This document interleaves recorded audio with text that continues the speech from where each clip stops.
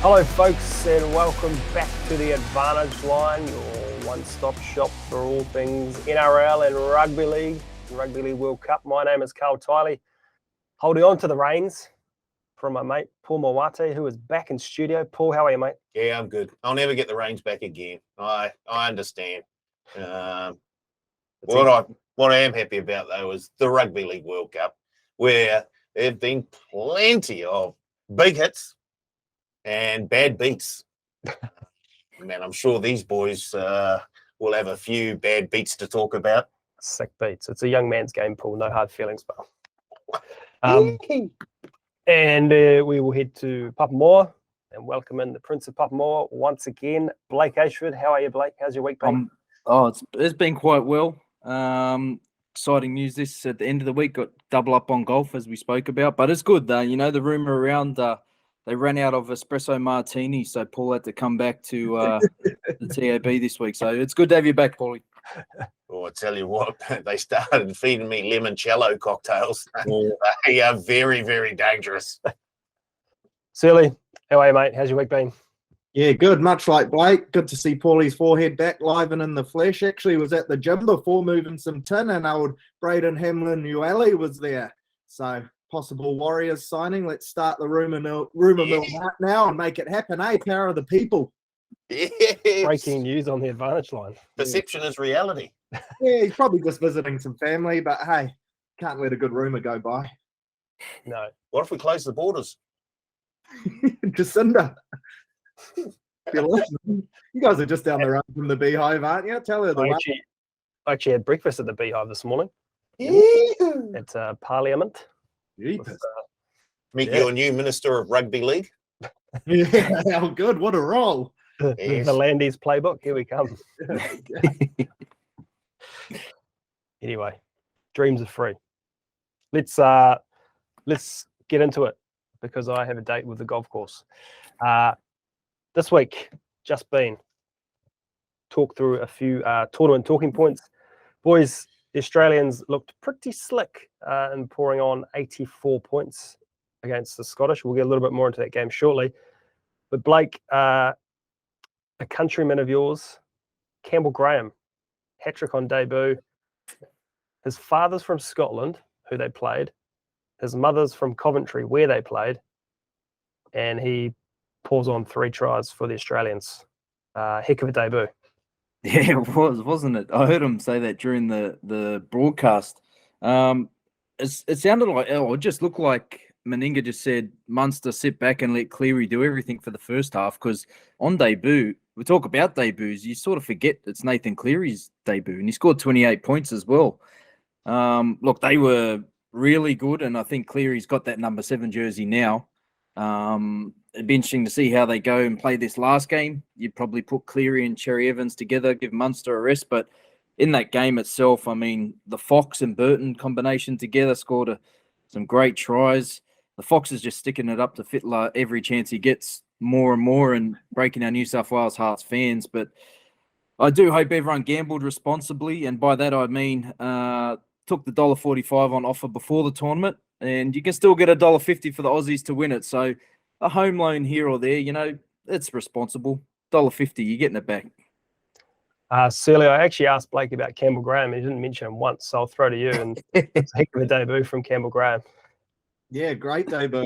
It's a good gig being an Aussie winger at the moment, isn't it? They're scoring tries left, right, and centre, but certainly didn't look out of place. He's a solid footballer. His D's always world class, but good to see him cross the chalk. A few of them were quite easy, but certainly did his job. I don't think we'll see him there in the big games, but yeah, a decent shift and a good debut. All these Aussie lads scoring on debut, so it's great to see. They're definitely enjoying themselves. Paul, do you have a same game multi with all of the try scorers involved? No, I did not. But you go pretty hard to miss out on a same game multi, wouldn't you? In that game there, you go real hard. Yeah, you would. There were a few try scored. Managed to miss twice. You obviously you throw the Fox in for first try scorer, and then you throw a whole lot of others in around him to score tries. Yeah, we were discussing before there's a point here which we'll bring up now, that the wingers are absolutely dining out at the at the World Cup. And Paul, you made a good mention. Very tactical viewing from you, coach-like even, saying, you know, these lesser-known teams or shittier teams at the World Cup seem to compress their defence in the middle of the park, opening up the width for the wingers. And between the Fox, Dom Young, DWZ, Campbell Graham, they scored about 1,000 tries each. If you're going to come up and in, you've got to do it with a wee bit of urgency and speed. And if you think back to the days of Manu Vatuve, he was very, very good at coming out of the defensive line and smashing the opposing centre before the ball got to the winger, and he stopped it dead. So a number of those teams are trying to do that. They're just not doing it with the same sort of skill level that's required, which is leaving the winger almost untouched at times, depending on which team you're with. The Australia, the Kangaroos, the Kiwis, the Poms. It's been really tough for those sort of lower tier teams in this comp when they come up against one of the big boys. So, yep, the wingers are feasting, as Blake said. The Fox is showing everyone why he should have been in a blue jersey earlier this season. But all in all, I think when the lesser teams face up against one another, we're getting some good quality football. It's been very, very good. But first of all, the Australians, the Kangaroos, look very, very slick. You don't win the competition at the beginning of the tournament, though. That's not when you want to be playing at your best right at the business end. And I think the Kiwis are building nicely. So those who took the boosted odds on the Kiwis to win the Rugby League World Cup, hold on to your tickets. Don't worry about what Blake is saying. Yes, the Kangaroos look very, very sharp at the moment. Got to sustain that for a while, though. And the Kiwis will build nicely. And we've got some players coming back as well. The big question mark is Jerome Hughes. How fit is he? When do we see him? And how, when he actually gets on the field, how match fit will he be? It's been a while since he's actually kicked a footy ball in Angus. So there's a few questions to be answered, but I like the way the Kiwis are building, slowly bubbling away under the surface, ready to explode and just smash those Kangaroos in the semi-final. He's back, folks. It's gold! Yes, you beauty. 2 weeks of bottled energy and just explodes. My I God. asked him about the wingers about 10 minutes ago. My God. Blake, have you ever been smashed by the best? Manu Vatuve? No, because a lot of times Paulie did get the centre, but I was lucky enough to see about 3 or 4 times him go past me and absolutely nail the fullback who had the ball. So I was actually saved a couple of times, but I did see it real close action. Does not sound or look good. So what you're saying is you're not a great decoy runner? No, well, I was there waiting for the tip on, and he just obviously went straight past me. Maybe he thought, I can't tackle this guy. He might be too hard to tackle. I don't know. Hey, that's just me thinking out loud. I don't know about what Manu was thinking, but he stopped it there at the fullback. Maybe he thought there's no chance Benji passes to this bloke. Hey, that's another possibility. Sorry, mate. Sorry.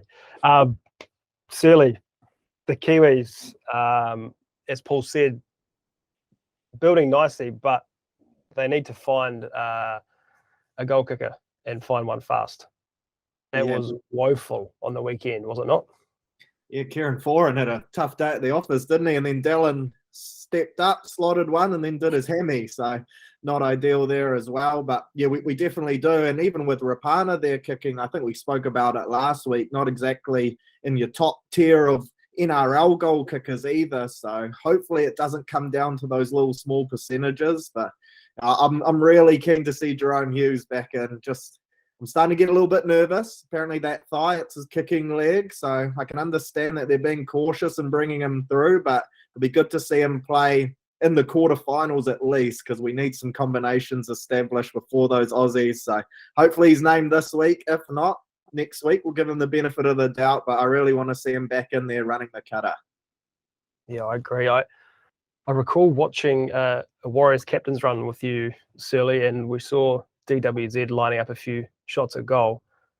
and it was not pretty. And all I could remember when watching him on the weekend was that. And I thought, we are in serious trouble if this bloke is kicking goals for us. He's a big moment guy. He's a big moment guy. You know, he likes the cameras on him. Maybe the pressure of you and myself watching wasn't enough to make him step up. I think he was going from halfway and the sideline as well, so he was giving it a decent crack. But geez, seeing that mullet flying down the sideline, that was beautiful sight. And as a Warriors fan, you couldn't help but be excited. Can score a try. Paul, there was a bloke by the name of Ben Jones Bishop playing for Jamaica who scored their first ever World Cup try in that game against the Kiwis. Also his 300th professional game of rugby league. How good. I never heard of this bloke. He's played 300 games. How good. What a moment. That's a great story, a great moment for him, great moment for Jamaica, terrible moment for punters who took the Kiwis minus the points. Just an absolute heartbreaker. But I didn't take the Kiwis, so I'm not feeling the pain that others may be feeling. But it's just a great time for the Jamaicans. Probably not in the same sort of realm as Cool Runnings, but certainly up there. One of the great movies. Mitchell Moses, fellas, puts on a Mitch Moses show to get Lebanon across. Blake, we all picked Lebanon, and they did it with relative ease. Can we expect anything else from these boys? I think so. I think the reason we all picked them was because the first game, the way they showed up against the Kiwis. Because Dewey is a massive part of that team, and to have him out, I think that's probably the performance of the tournament so far by Moses, because he's basically got the country on his shoulders. Like, if they lose this, they're not making the quarters. They win it, and look, they've got Karaz at fullback is looking really good. A couple of fringe first grade players they got in there, and it's Chica, maybe a bit of influence, a bit of outside help that's like outside of the box, shall I say, thinking rugby league wise. And yeah, Moses, I think in a couple of those tries, he touched it 2 or 3 times. So just staying alive, and he just looked really sharp, man. And I think that, they will make the quarterfinals, or they are now, most probably should do, and they could cause an upset. I don't see why not. I saw that Michael Cheika is actually Dewey's uncle. So that's how the gig came about. So nice. Keep it in the family. I think when you have those sorts of teams where if you have a star player in a key position, you can control the tempo of a game, and I guess force the other team to not play the style that they want to play. And I think we saw that with Moses. Remember, he was in the NRL grand final half this past season. So I put him up there. He is a very, very good NRL half. And I think we saw that. We saw the opposition. They didn't have a top quality half, to be fair. And they paid the price. And I think that was a big difference between the two teams. Add in his goal kicking as well, and general kicking. Makes a huge difference to both teams. So I think all you boys that took Lebanon got huge overs. And that might be one of the reasons why, we saw Kiri play for Ireland, I believe. So that might be why, maybe the rumours are Mitchell Moses to the Roosters might be surpassing, might getting rid of Cleary, him and Walker combination. I don't know. That's just, out there. The way he played on the weekend, he outplayed Kiri. You didn't really notice Kiri much at all in that game, to be fair. Well, you didn't. You just said they didn't have an outstanding NRL half. No, they didn't. Okay. And Blake heard whether he played. So obviously he didn't have a good day at the office. Yeah. I did hear, though, that if Moses goes to the Roosters, then Kiri will go to the Warriors. I'd heard that somewhere. You heard it from Ben. Crikey. Oh, possibly. That if Moses goes to the Roosters, Joey Manu becomes a Warrior. Double package. Yeah. Throw in Early. Yeah, well, he's already signed. He signed this morning, I believe. So yeah, on the bench between sets. Yeah. Lebanon need to make up a 32-point gap over Ireland if they're going to advance. The Ireland need to over Lebanon. Is that correct? Because Lebanon would just have to Currently- win. Oh, currently, yeah, because Ireland haven't played Yeah. the Kiwis. Yeah, Currently, yeah, I hadn't finished talking. Jeepers. Whoa, hey, whoa. it was Blake. Yeah, Blake. Yeah. There was a stop, like couple second pause. Just because you guys, I'm looking at the cameras and you're looking at me weirdly, so I'm checking my facts. Don't you ever doubt the stat man. I thought your math was off. What else we got here? Fiji and Samoa both bounced back in big ways. Both pretty surprising scorelines, I thought. Definitely didn't see, was it 60 and 70 point hidings in both of those games. I'll be honest, didn't watch either game. Just went through the highlights, and there were a lot of highlights, a lot of tries scored. Where? But yeah, I guess we'll go to you, Blake. Samoa, are they back, or was that just a flash in the pan? Oh, yeah, I'm not too sure about the Samoa game. I think they could be in trouble this weekend against France. I think it's going to be a close game with them and France. So I don't think they're fully back. I think they played a team that, yeah, wasn't really. I think Samoa just had to win. They came out.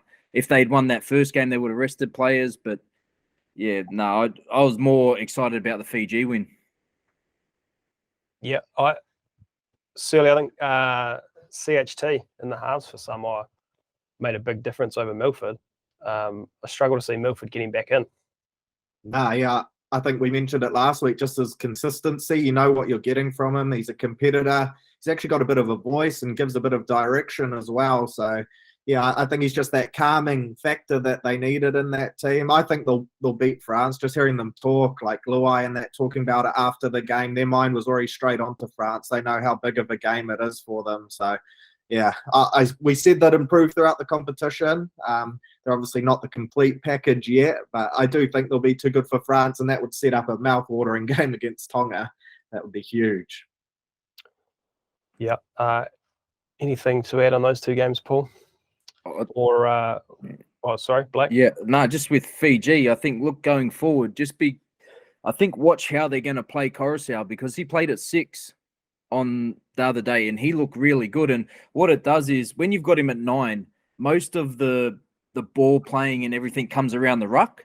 But when you've got him at 6, the Tangi Tuimua, I think, who went in at number 9, was really sharp as well. So what it does is there's your threat out wide. So it opens up that middle for those big boys, and you've just got sort of a dual threat there. Instead of just Appy in the middle, you've got him out there and you've got the other number 9 there. So I think they might go that way going forward. Well, I would personally. The way they played, they looked outstanding. So I think that's definitely something to keep an eye on. I think if that's the way they play, they will be a very tough out. I heard RP's playing going to play 6 for the Tigers next year. Phew. GF, here we come. Paul, Tongans started slow again.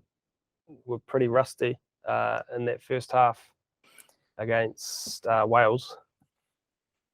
Are we still concerned? It's slightly concerning, but no, not enough for mine. I don't think the scoreline sort of reflected that game very well for the Welsh. I'm rating the Tongans higher than I'm rating the Samoans. I'm not buying the Samoans at the moment. I still think there's something that's not quite right there. I agree with you. I think Harris Tavita should be in the halves. So it'll be interesting to see the selection decisions that they make. But the Tongans, yeah, they have started slowly, to be fair. But I'm not worried about that. I think they can bounce back, and they like the Kiwis will build slowly. So no Taumalolo. Next game he's back. So next game, yeah. Interesting. All right, we'll move on, have a quick, we've kind of covered most of the games anyway, but Sealy, key takeaway from you, Australia 84, Scotland 0. I think just the tempo that Aussie are playing at the moment, the speed. Obviously, they've been dominating some teams, so they've been allowed to play really fast, and it'll be interesting when they come up against the Kiwis, who are a bigger pack, what kind of impact we can have in terms of slowing down that ruck speed. But if we're going to allow Australia to play at that tempo, they have the ability to score a lot of points. And their edges in particular, when you get Latrell with Fox and Crichton on that left edge, that's extremely dangerous. Cleary, Munster, they've just got ball players and points all over the park. So it's going to be interesting come those big games if Aussie can keep playing at that tempo. But I think that's kind of their game plan going forward, is slightly smaller pack, up the speed, and no one will be able to go with them. So they look really good at the moment. Blake, you any advice or anything for your countrymen? No, just keep doing what you're doing, guys. I mean, the Tab and Sportsbet have disrespected you by pushing you out 5 cents in the market. So just keep doing what you're doing. Hopefully they push you out another 5 cents, because I'll be on again. $1.50. Just it's robbery. That's too good. Paul, key takeaway from the New Zealand-Jamaica game. New Zealand 68, Jamaica 6. It's more what didn't happen in that game. Jerome Hughes. That's my key takeaway. When is he going to play? Will he play in this World Cup? Because ideally we need to see him before we get to the big games. He needs to have a game under his belt. He hasn't played a lot of footy, and he is a key figure in that spine for the Kiwis. So I really want to see Jerome Hughes very, very, very, very soon. It'd be an absolute travesty if they took a half and he doesn't play at all. Well, that's the thing I hate to keep harping on it, but that's their only weakness. Their only weakness. Well, now we've seen goal kicking is as well. So I'd say they've goal got two. Yeah. But the depth in the halves. I mean, yeah, if he doesn't play, I think that's done for them. I'm sorry, but yeah, I think it is. Surely Joey Martin can ball kick. He does everything else under the sun. I reckon he's that kind of bloke who can just bang them from anywhere. Give him the tee. Why not? Yes, 100%. I agree. Yeah, He's a magic man. He can do everything. There's not many of us around, but yeah, I agree. He should. He's not happy. Statman's lost it. That is not a stat. He did. I thought he went all right in the halves, though. It was Jamaica, but the more times he's got his hands on the ball, the better. Well, if Jerome Hughes isn't playing, is that where he shifts to? Does he shift into the halves? I think so. They have someone like a Nickel Clockstad or at fullback, and then juggle the rest of the back line around. I don't think Madge will do it, though. I think he'll put Foran and Dylan Brown there, as we saw the first game. I think he's got the two halves there. As much as we'd love to see Joe Manu there and get the ball more, he just touches it as much anyway at fullback. So I would love to see it, Paul. I'd love to see him in the front line. The more we talk about it, the more I think about it. All of the halves that we've got are essentially the same sort of running first playing halves. Even Hughes and Brown, while they combined pretty well against Tonga, you'd have to say Hughes is definitely more of a running half than a game manager. Yep. But he's got that game managing ability. But yeah, it's a Jane. We need you, bro. Sorry. Fiji, as we said, 60, Italy 4, England 42, France 18. 38.5 points there. I was right. We were right. Not that close, but the English did what they needed to get the job done in the end. Anything to take away from the English game there, boys, or the English team? Just keep rolling on. They're just looking good on home soil. I think they got a deep squad, and they'll be right up for it. Yeah, Dom Young. Talk about disrespect. What price were they before the tournament to win? They were double digits. You can still get 13. You can still get 13s for them. The home team. Nah, they've gone in a lot from what I saw today, just because of the way the draw set out. So you can still get sevens. Yeah, you can still get, if you're high on the Kiwis, $3.50 just to make the $3.50 just to make the final, and $4.33 to win it. You like the Kiwis, and I suppose like that Tonga's still $13 to win it on the other side of the draw. Tonga make too many silly errors for me. Like, obviously they're going to get a lot better, but even like Wales put them under pressure, and we had wingers incorrect play the balls, little things like that. Like, if you're going to give sets on your own line to good quality teams, they're going to put you away. Obviously, Tamalolo coming back in leadership, that's going to be huge for them. But I think they just have a few too many coach killers in their game. Just going back to the Kiwis versus Australia outrights. For all you Kiwi punters out there, and I know there's more of you than there are Australians like Blake, but if you think the Kiwis will make the final, as Blake said, 350 to make the final, and then you can take stage of elimination for Australia, 375 in the semi-final. You can double down. Obviously lose your money, but you could double down. Hey, just wait. I'd rather go out a Patriot. I'd rather go out a Patriot. Lebanon 32, Ireland 14, Samoa 72, Greece 4, Tonga 32, Wales 6, and this morning PNG 32, Cook Islands 16, I think. Yep. Paulies, Kummels, Reece Martin broke the record. He missed. Oh, he missed it. Yeah, missed that's what I mean. From the sideline. Missed back-to-back kicks too. He's starting a new record, most missed now. He's going to go for both ends of the scale. Yeah, not wanted by the Bulldogs a few years ago, Mr. Martin. You're still dark on that, aren't you? Just a ridiculous decision. He was one of their best forwards and could kick goals when they didn't have anyone. Paul, you're always high on the Kummels. Do you reckon they could rattle England in a quarterfinals? I think they might play England. I'm not sure, but yeah, do you reckon they could rattle England a bit? I think they can certainly keep it close right up until half time, but I just think the class of the English will just go over the top of them in the end. So I'll be very interested to see what the line is when that match is up, and I'm very happy to take the Kummels to keep it close up until half time. But the English, boy, they look very. That Dom Young, if he was playing at the Storm or the Roosters, he'd be top try scorer in the NRL. He just, unfortunately, he's at a very poor Knights team at the moment. So he'd look good on the end of a Wales backline, to be fair. But I just think the English look very, very, very good and are at home. So they're in their own conditions. They know I'm not sure how much you factor in the home field advantage when it comes to a world tournament like this, as opposed to like the Warriors playing at home against the Storm. I think you've got to factor.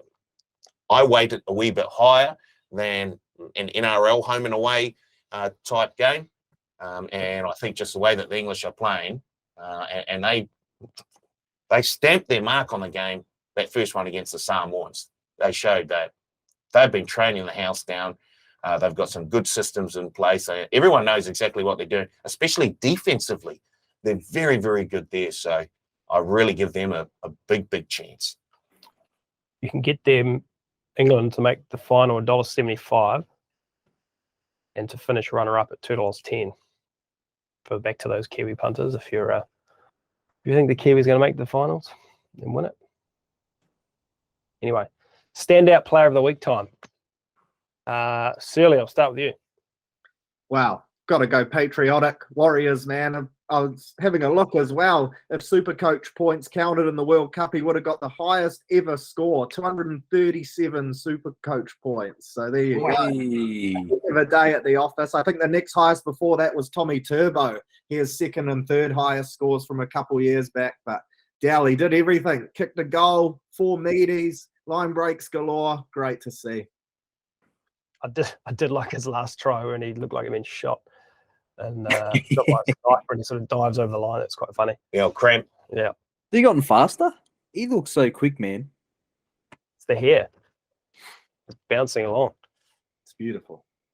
I wouldn't know. Blake, your standout player of the week. Yeah. Oh, there's a couple, but I'm going to land with Moses. I suppose I said it before, the country weighing on him. It's Mitchell Moses gone from grand final defeat, and he's had to lead his countrymen without Adam Duahi, I believe that's how you pronounce it, to victory, to the quarterfinals. So look, he did everything as we spoke before. His kicking game, his passing game, his options. The options were big for me. Hitting the right person at the right time. He was exceptional, and I think, like I said, heart and soul of that team was outstanding. Paul. Mitchell Moses, as Blake said, had to stand up big time. Otherwise, their tournament was basically over. He did it without his good friend, Dewey. He controlled the game, and his kicking just made it that much more comfortable for the Cedars. Nice. Paul hasn't watched the first game. I'm not sure. No. The Lebanon game. Now pronounce it Dwayhe. Hey, you do you. I'll do me. You do. I'll do Dewey. You say tomato, I say tomato. All right. My standout player of the week, he was on a losing team. They got pumped 32-6, but he scored the only try for his team. Kyle Evans from Wales smashed Talakai on multiple occasions, stood up Daniel Tupou, scored the try. He's only played 3 games of Super League, and 12 months ago he'd never played a game of rugby league. Wow. Yeah, it was pretty good to watch. He absolutely smashed Talakai a few times. Yeah, jamming in. There's still hope. Still hope. 20, what are we? 2026 or 25, the next World Cup. We're coming. All right. We'll pick a few of these games and have a quick look at this week. We'll start with New Zealand v Ireland. These two teams have never played against each other in the rugby league. I like to think of this one as a redemption for the June Test series earlier this year here in New Zealand, All Blacks v Ireland. For me, New Zealand will smash their faces off. Paul, what do you think? Yes, I don't think there's any doubt about in fact, you can't actually bet on the Kiwis to win the match. I think they're $1.001 suspended. So there's no doubt about the actual outcome in this match. I guess it's more about, if you're a punter, how much they'll win by. 42.5 point favourites. 42.5 point favourites at the moment. And for Kiwi supporters, it's more around the selection of the team and who gets in. It's certainly in the halves. Who's wearing those halves jerseys for the Kiwis? They'll just be worried about getting through the game injury free, so that they've got a full squad to pick from when we get to the big games. Yep, I agree. Surly? Yeah, I think injury-free was the key thing there. I think Moses Leota and Murata Niokore also picked up injuries from last week, and they were heading off for scans. Not quite sure on the results of those, but 2 key boys that we need in the mix. So, yeah, get the win. I think they'll do that line, do so convincingly, and then hopefully no injuries. Hopefully we see Jerome Hughes. It's all about that team selection, like Paulie said. Yeah. As I say, Blake, they're 42.5 point favourites. Total match points, 57.5. Can you see Ireland scoring 15 points? No, and that's what I was about to say. Knowing Madge, I think he'd be a bit filthy with the 6 points Jamaica scored, especially after seeing Australia keep Scotland to 0. I think they'll come out, and I've changed on this because originally I thought rest everyone, just that you can't afford any more injuries. But in my mind, I'm thinking you need to try and get some combinations before you reach the quarters. So I think Jerome Hughes does play. I reckon he names a pretty solid team, and I think the 42, I think they'll eat that up. And over 57, I think they'll get that themselves. Yeah, I tend to agree. I'm with you. I think we need to start seeing our top team being rolled out and getting those combinations right, even if it's for 50, 60 minutes, and then we let the bench play on. Next game, England v Greece. Never played each other. England are 64.5 point favourites. No other markets. Teams waiting to be named at this stage Wednesday afternoon before the bookies commit to a total.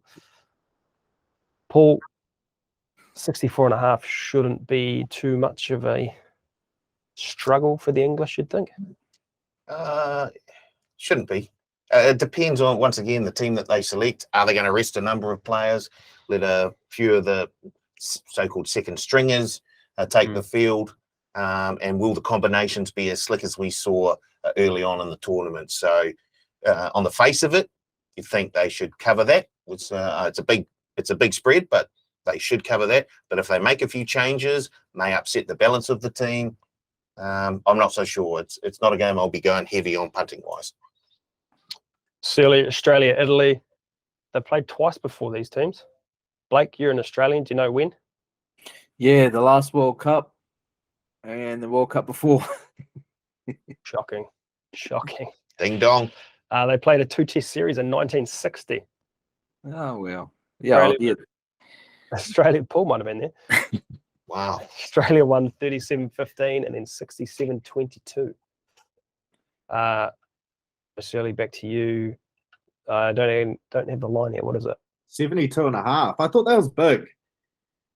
That's like Italy, obviously not the greatest side, but that's a point a minute type of stuff. Obviously, it comes down to who Australia name, but Italy aren't as bad as your Scotland's in that, like we saw in the first week. So 72.5 is a big score. Anything to add there, Blake?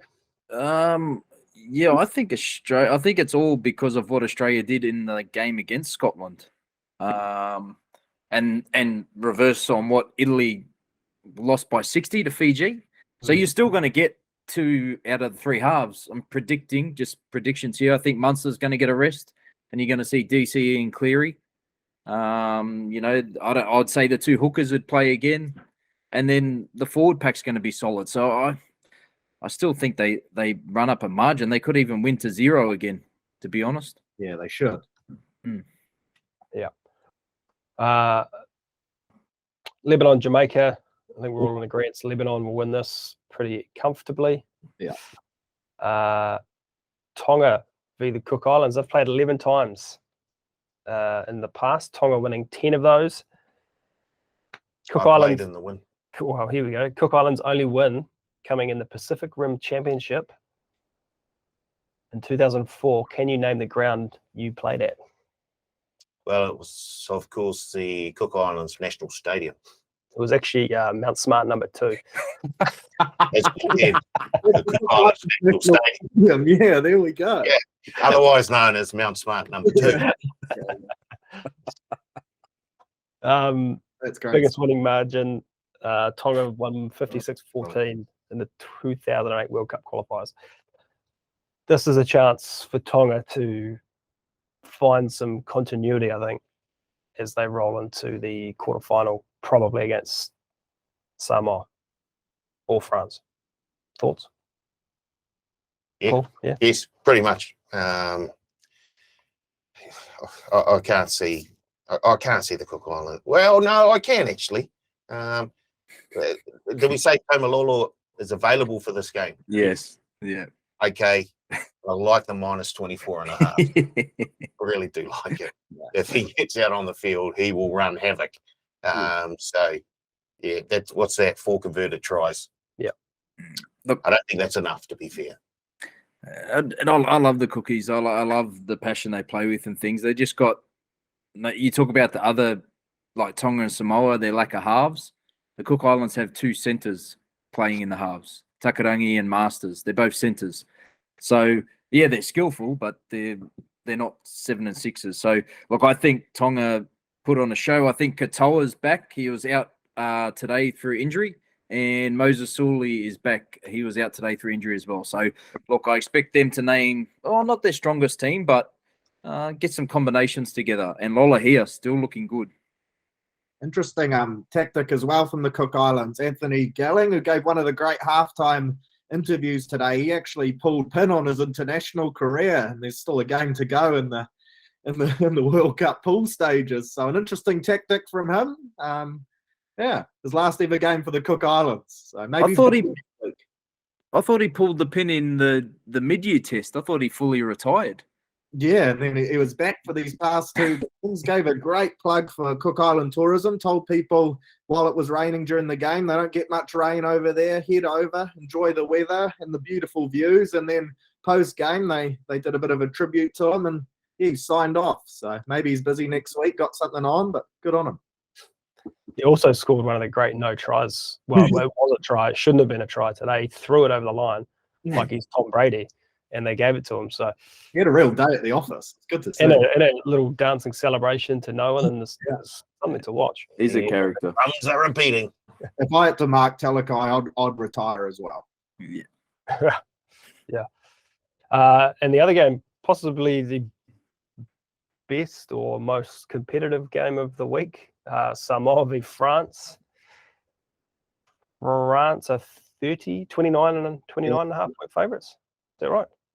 Yeah, well, that's smooth because when I marked it down earlier today, France were 30.5 point underdogs, and they were $13 head to head. So those are the prices I'm sticking with. Well, it's 29 and a half and 11 at the moment. Mm-hmm. But yeah, they've played 4 times. France winning one of those, I think. I forgot to write that down. But yeah, you guys are pretty keen on France. I am. I think to win outright. Oh, I think they can win, yes. Wow. But I'm very, very happy to take, well, it was 30.5 this morning. I'll take the 29.5 as well. I think they're a big, big chance here against the Samoans. I think the Samoans almost look a wee bit like the All Blacks in this tournament, where they're terrible one game, they can get up for the next. I'm looking for another fallback in this game here, and I think that 30.5 or 29.5 point start, it's just far too much. The Samoans shouldn't be getting that much respect from the French. Remember, this French team, very, very good. Most of them play in the Super League. Most of them play in 1 or 2 clubs. They'll have some combinations ready to go. I love the look of the French. Vive la France! Yes. Viva la France. That's I love it. boy. Certainly the French covered the 38.5 last week. You reckon they can do it again this week? Yeah, well, off the back of Paulie's spiel there, I'm backing them there. How could you not follow them in? I think they'll cover that line. I don't think they'll win, but yeah, Paulie's certainly got me up and about for this game now. But I think Samoa will do it, and maybe in that 13 plus, but I think it'll be closer to the 13. So I think they'll be too good, but the French, they certainly won't roll over. So snap up that line while it's still decent. Yeah. They like the Kumals of Europe for mine. Because the Kumals they come from 1 or 2 clubs back in Australia, the PNG Hunters, and they just, France is where they're a proud nation. They are. I mean, the French tried to outlaw rugby league. The rugby union tried to outlaw rugby league. There's a big story behind that. So for them to actually be able to continue on, it means they love the game. So get on the French. I actually stayed at a homestay. Is it a homestay where you go and stay at someone's house when they? Yep. Yeah. A couple of years ago, I went to a wedding up in Northland, and the owners, this bloke he used to play rugby league for France back in the day in the 70s.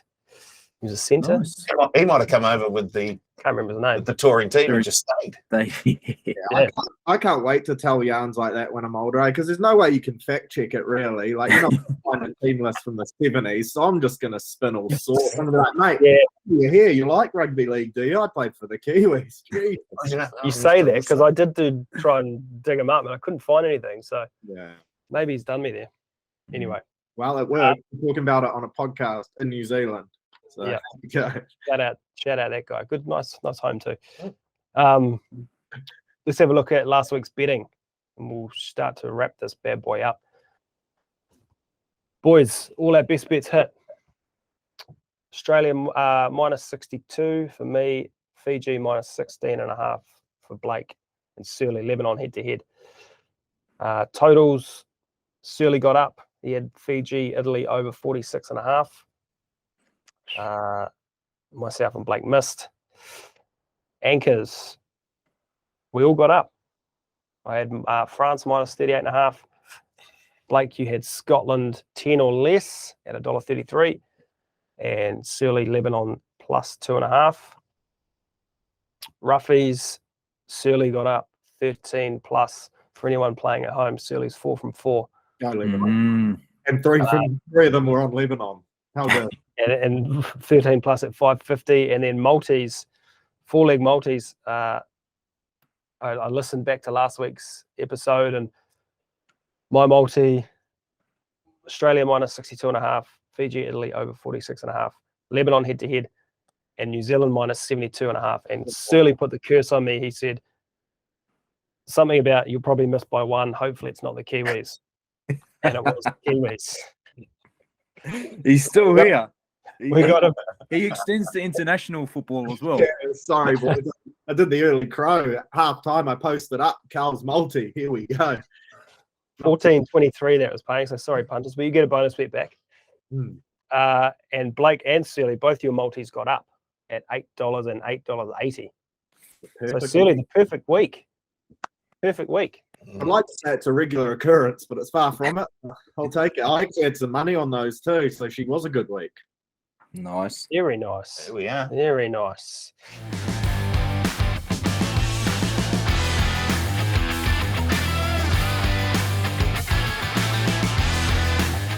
All right, we'll get into this week's betting, and we'll welcome in the big fella.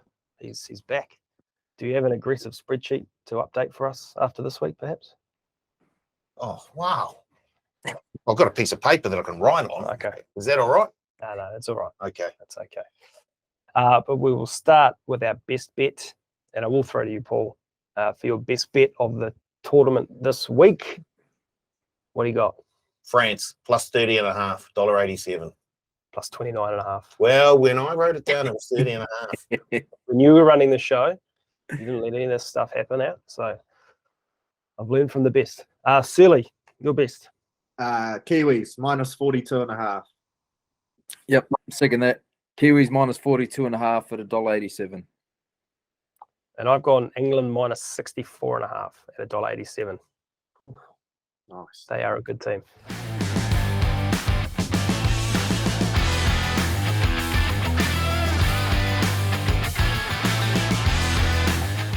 Your total, Paul? There's not too many to choose from. Not yet. Only from the Kiwis game. So I Correct. assume we're all in the same game here. So I'm going Ireland 10 or less, $1.33. Surly? Yeah, I actually mixed this up and went the best line just to change things, but come back to me. I'll have a look at the total. Total, I've just gone Kiwis game over 57.5. I think the Kiwis will score 60 plus. Yeah, I've also gone that Blake over 57.5. Surly? Tuck me in as a third. Why not? I like it. There we go. Easy. Does not win.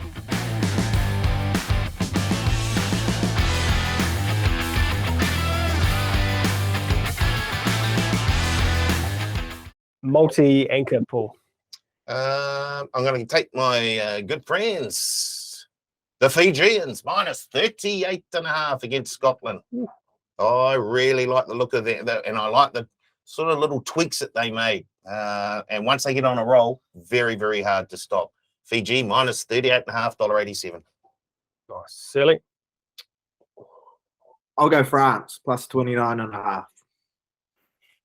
Not nice, plain and simple. Tonga 13 plus $1.30. Be in every multi this weekend, guys. Boring. Winner, chicken dinner. Go the line. 24.5. Put your money where your mouth is. Nah, Meow. that's how you get beat. I've also got France plus 29.5. Did it for me last week. They can do it again.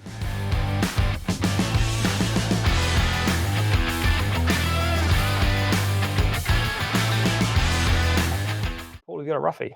Because I just realised I don't. It's, France head to head, $13. Whoa.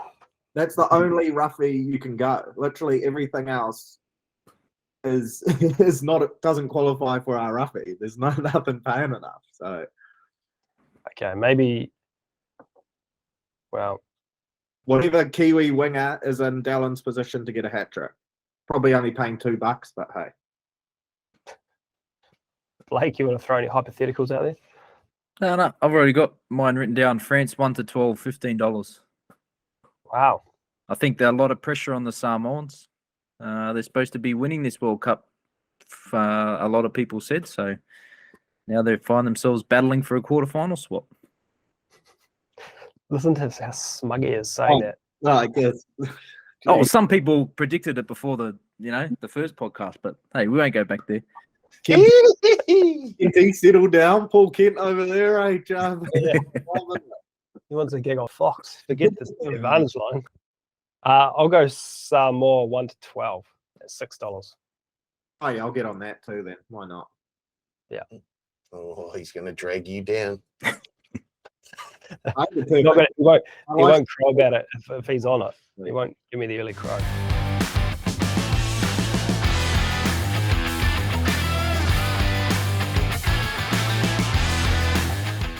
And a 4-leg plus multi. I've written Says 3 three, legs. Pierre. Yeah, sorry, mate. You're going to have to add another one. Jeepers. For the oval ball multi-buster. See what I've had to put up with, Paul. I'm ready if you need Arrogance from the top. Referee Atkins-like. It's all about the details. The deets. I'll start then, give you some time. I'm going England minus 64.5, Kiwis minus 42.5, Lebanon minus 40.5, and France plus 29.5. $12.22 for that one. Sealy? I've gone a 7-legger, paying $79.96. This is a biggie. Just all the lines. New Zealand minus 42.5, England minus 64.5, Fiji minus 38.5, Aussie minus 72.5, Lebanon minus 40.5, France plus 29.5, Tonga minus 24.5, $79.96. Yep. Obviously, I'm all the lines too. I've gone New Zealand minus 42.5, Scotland plus 38.5.